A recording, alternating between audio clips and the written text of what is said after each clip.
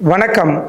நான் உங்கள் ஆத்ம நண்பன். நாளும் கோளும் நன்னிலை பொருந்தி இந்த நன்னாளில் எல்லோருடைய வாழ்க்கையிலும் நிம்மதி, திருப்தி, சந்தோஷத்துடன் கூடிய செல்வ செழிப்பான வாழ்க்கை வாழ பரிபூரணத்துவமான வாழ்த்துக்கள்.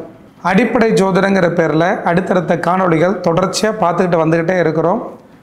இன்றைக்கி பார்க்குற விஷயம், ஒரு லக்னத்திற்கு மறைவு ஸ்தானம் எது? அது துர்ஸ்தானம்னு சொல்லுவாங்க. அந்த மறைவு ஸ்தானத்தில் எந்தெந்த கிரகங்கள் மறையும் பொழுது கடுமையான கெடுபலன் செய்யும் அப்படிங்கிற விஷயத்த இந்த காணொலி பதிவு மூலயமா பார்த்துடலாங்க. லக்னத்தை தொட்டு 6ஆம் இடம், 8ஆம் இடம், 12ஆம் இடம் மறைவு ஸ்தானம்னு சில பேர் சொல்லுவாங்க. ஒரு சிலர் 3, 6, 8, 12 மறைவு ஸ்தானம்னு சொல்லுவாங்க. இது எந்தெந்த கிரகங்கள் அந்த 3ஆம் இடத்துல மறைவு, எந்தெந்த கிரகங்கள் 6, 8, 12 மறைவுங்கிற விஷயத்தை பார்த்துடலாங்க. லக்னத்திற்கு 6ஆம் இடம்ங்கிறது எதிரி, கடன், வம்பு, வழக்கு, பிரச்சனை, வியாதி, ஜெயில் இதெல்லாம் கொடுக்கக்கூடிய துர்ஸ்தானம். அந்த 6ஆம் இடம் ஏன் மறைவு ஸ்தானம்னு சொல்கிறாங்க? உங்களுக்கு எதிரி எந்த வழியில் எந்த ரூபத்தில் உருவாவாங்கன்னு உங்களுக்கு தெரியாது. உடம்பில் வரக்கூடிய வியாதியும் எப்படி உருவாகுதுன்னு தெரியாது. கடன் எந்த ரூபத்தில் உருவாகுதுன்னு தெரியாது. அப்போ அந்த மறைவு ஸ்தானம் என்ன? நம்மளுக்கு கண்ணுக்கு தெரியாமல் வரக்கூடிய பலன்களை தெரிஞ்சுக்கிறது பேர் மறைவு ஸ்தானம்னு பேர். அதே போல் 8ஆம் இடம் ஆயுள், கண்டம், விபரீத மரணம், விபத்து இதெல்லாம் பார்த்துட்டுனா எந்த காலகட்டத்தில் வரும்னு சொல்ல முடியாது. ஒரு மனிதனுக்கு எப்போ ஆயுள் முடியும், எந்த நேரத்தில் விபத்து நடக்கும், எந்த நேரத்தில் ஆக்சிடென்ட் நடக்கும், எதிர்பாராத அதிர்ஷ்டம் எப்போ கிடைக்கும் அப்படிலாம் யாராலையும் சொல்ல முடியாது. அப்போ இந்த 8ஆம் இடங்கிறது எதிர்பாராத அதிர்ஷ்டம் மட்டுமல்ல, விபரீதமான மரணத்தையும் விபத்தையும் கொடுக்கக்கூடிய ஸ்தானம். அதனால் மறைவு ஸ்தானம்னு அர்த்தம். 8ஆம் இடம்ங்கிறது மாங்கல்ய ஸ்தானம் மட்டுமல்ல, மர்ம உறுப்பை குறிக்கக்கூடிய இடம். அப்போ 8ஆம் இடங்கிறது ஏன் மறைவு ஸ்தானம்னு புரிஞ்சுக்குங்க. 12ஆம் இடங்கிறது தாம்பத்திய நல்லுறவு, வெளிநாட்டு பயணம், சுப விரயம், அசுப விரயம். நல்லா யோசிச்சு பாருங்கள். எப்போ விரைய செலவு வரும்னு சொல்ல முடியாது. அது சுப செலவாகட்டும் சரி, அசுப செலவாகட்டும் சரி, விபத்தோ, கண்டமோ, ஆப்ரேஷனோ, ஒருத்தர் பணத்தை கொடுத்து ஏமாறுறதோ இதெல்லாம் அசுப விரயம். சுப விரயங்கிறது ஒரு காது குத்து, கல்யாணம், நிகழ்ச்சி இதெல்லாம் திடீர்னு தானாக தான் வரும். திருமணத்தை பொறுத்த வரைக்கும் இந்த காலகட்டத்தில் இந்த நிமிஷத்தில் இப்படி தான் நடக்குங்கிற விஷயத்த யாரும் தெரிஞ்சுக்கிட்டே பணத்தை சேமிச்சுட்டே இருக்க மாட்டாங்க. அப்போ அந்த சுப விரயம், அசுப விரயம் எல்லாமே எந்த காலகட்டத்தில் வரும்னு சொல்ல முடியாது. அதே மாதிரி வெளிநாட்டு பயணம் அப்படி தான். ஒரு மனிதனை பொறுத்த வரைக்கும் ஆசை எல்லாத்துக்குமே இருந்தாலும் கூட எல்லாரும் வெளிநாடு போக முடியாது. அதே போல் கீழே நாடுகளில் இருக்கக்கூடிய யாருமே மேலை நாடுகளில் எப்படி இருப்பாங்க தெரியாது. தெரியாத விஷயத்தை தெரிஞ்சுக்கிறது பேர் தான் 12ஆம் இடம். அப்போ 6, 8, 12ஆம் இடம் மறைவு ஸ்தானம் மட்டுமல்ல, அது துர்ஸ்தானமும் கூட. அது துர்ஸ்தானம் மட்டுமல்ல, எதிர்பாராத அதிர்ஷ்டத்தையும் விபரீதமான ராஜயோகத்தை கொடுக்கக்கூடிய ஸ்தானம். அப்போ 6, 8, 12ங்கிறது மறைவிடம்னு சொல்லப்படுது. பாருங்கள், 6ஆம் இடங்கிறது எதிரி, கடன், வம்பு, வழக்கு, பிரச்சனை, வியாதி, ஜெயில் இதெல்லாம் கொடுக்கக்கூடிய ஸ்தானம்.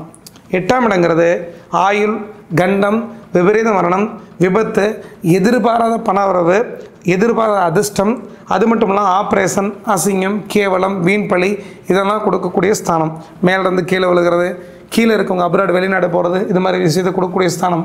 12ஆம் இடங்கிறது தாம்பத்திய நல்லுறவு, சுப மற்றும் அசுப விரயம், வெளிநாட்டு பயணம் இதெல்லாம் கொடுக்கக்கூடிய ஸ்தானம். அது மட்டும் இல்லாமல் இறுதி காலம், ஒரு மனிதனோட இறுதி காலம் எப்படி இருப்பாங்கிற விஷயத்த யாருனாலும் யூகம் பண்ண முடியாது. தங்கத்தட்டில் சாப்பிட்ட எம்கேடி தியாகராஜா பாகவதரை பொறுத்த வரைக்கும் தன்னுடைய இறுதி காலங்களில் கடுமையான கஷ்டப்பட்டு மரணம் அடைஞ்சிருக்கிறார். சாவித்திரி அம்மையார், சந்திரபாபு எல்லாருமே பண்ணால் ஒரு காலத்தில் ரொம்ப புகழோட உச்சிக்கு போய் இறுதி காலத்தில் பல கஷ்டங்களை பட்டு தான் மரணம் அடைஞ்சிருக்கிறாங்க. அப்போ உண்மையாலுமே எல்லாத்தோட வாழ்க்கையிலையும் இறுதி காலங்கிறது எப்படிங்கிறது தெரியாது. அதை தெரிஞ்சுக்கக்கூடிய பாவகம் தான் 12ஆம் இடம்.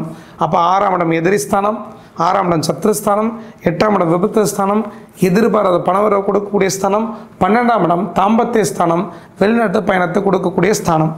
சரி, இந்த 6, 8, 12 ஏன் மறைவிடம்னு சொல்லப்படுதுங்கிற விஷயத்த அடுத்த பதிவுகள் மூலயமா தெளிவான விளக்கத்தோடு சொல்கிறோம். இப்போதைக்கு ஓமையாக ஒரு கற்பனையாக ஒரு விஷயத்தை பார்க்கலாம். பார்த்துட்டிங்கன்னா,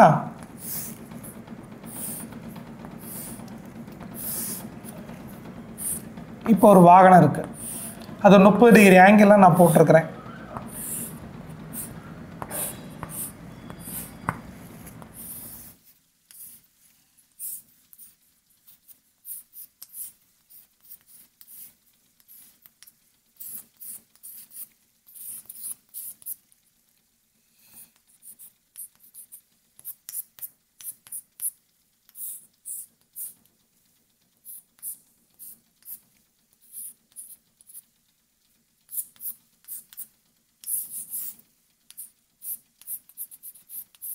இப்போ நான் ஒரு வாகனத்தை 30 டிகிரி ஆங்கிளில் போட்டிருக்கிறேன்.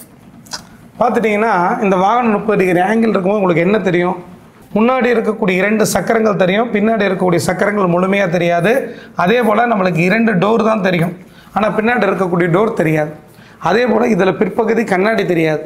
அப்போ ஒரு காரை பார்க்கும்போது டாப் வியூ நம்மளுக்கு தெரியுது, சைடு வியூ தெரியுது, ஃப்ரண்ட் வியூ தெரியுது. ஆனால் பேக் சைடு இருக்கிற எந்த விஷயமும் தெரியாது. பாட்டம் தெரியாது, அந்த சைடு இருக்கக்கூடிய வியூ தெரியாது, பின்னாடி இருக்க வியூ தெரியாது. அப்போ எப்படி 3 பகுதி வியூ தெரியாது, 3 பகுதி வியூ தெரிகிற மாதிரி நம்ம பூமியில் பயணிச்சிட்ருக்கக்கூடிய நம்மளுக்கும் எல்லா கிரகத்துடைய கதிர்வீச்சும் பூர்ணத்துவமாக கிடைக்காது.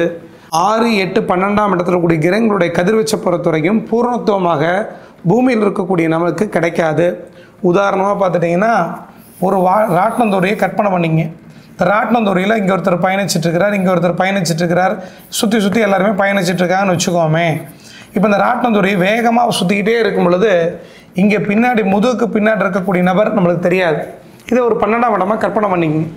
அதே போல் அவருக்கு நேர் கீழே 6ஆம் இடம்னு கற்பனை பண்ணிங்க. அப்போ அதையும் பார்க்க முடியும். இப்படி கீழே எட்டிக்கிட்டு பார்த்தாலும் முழுசாக தெரியாது, பின்னாடி பார்த்தாலும் முழுசாக தெரியாது. அப்போ பார்த்துட்டிங்கன்னா இது போல் 6, 8, 12 மறைவிடங்கிறத நான் உவமையாக ஒரு கற்பனையாக தான் சொல்லி கொடுத்துருக்கோமே தவிர உண்மையாலுமே கணித ரீதியாக 6, 8, 12 மறைவிடங்கிறத அடுத்தடுத்த பதிவுகள் மூலயமா தெளிவான விளக்கத்தோடு படம் போட்டு விளக்குறோம். இது கற்பனையான பதிவு தான். இது புதுசாக ஜோதிடத்தை கற்றுக்க வரவங்களுக்கு ஏன் ஒரு பகுதி தெரியாதுங்கிறதுக்கான விளக்கத்தை நான் கொடுத்துருக்கோமே தவிர 6, 8, 12 துர்ஸ்தானம். சரி, எந்தெந்த கிரகங்கள் 6, 8, 12 மறையும், எந்தெந்த கிரகங்கள் 6, 8, 12 மறைஞ்சால் கெடுதல் அப்படின்னு பார்த்துட்டிங்கன்னா சூரியன், சந்திரன்,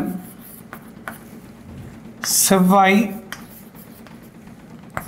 புதன், இந்த கிரகங்களை பொறுத்த வரைக்கும் 6, 8, 12 மறைகிறது நல்லது கிடையாது.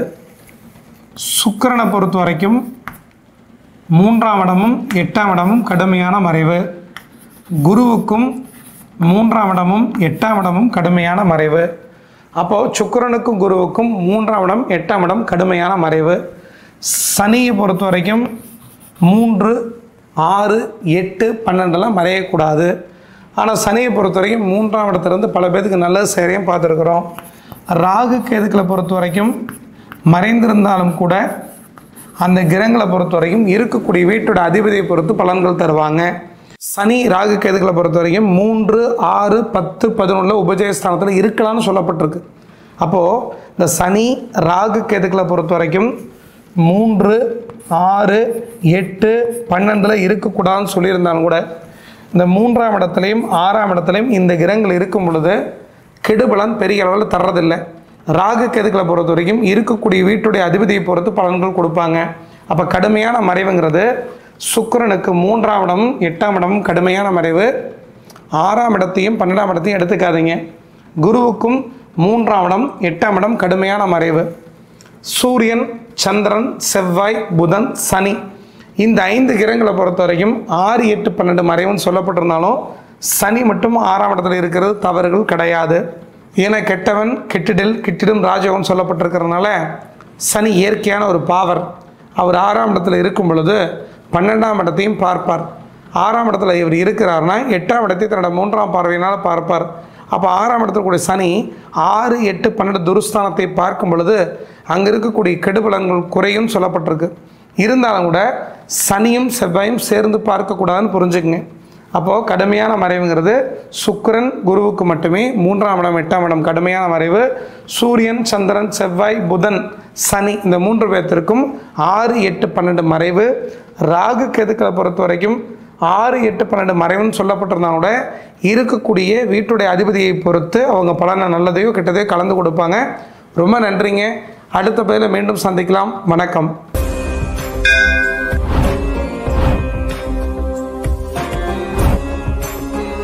உங்கள் வாழ்க்கையில் நீங்கள் ஆசைப்பட்டது விரும்பினது அத்தனை அடையணும்னா இந்த காணொலியை பாருங்கள். தமிழகத்தை விஜய் ஆழ்வாரான்னு தெரிஞ்சுக்கிறதுக்கு இந்த காணொலியை பாருங்கள். ராகுல் காந்தியோட அடுத்த கட்ட நகர்வு என்னவா இருக்குன்னு தெரிஞ்சுக்கிறதுக்கு இந்த காணொலியை பாருங்கள். உங்கள் வாழ்க்கையில் கர்மானா என்னன்னு தெரிஞ்சுக்கிறதுக்கு இந்த காணொலியை பாருங்கள். ரொம்ப நன்றிங்க. அடுத்த பேரை சந்திக்கலாம். வணக்கம்.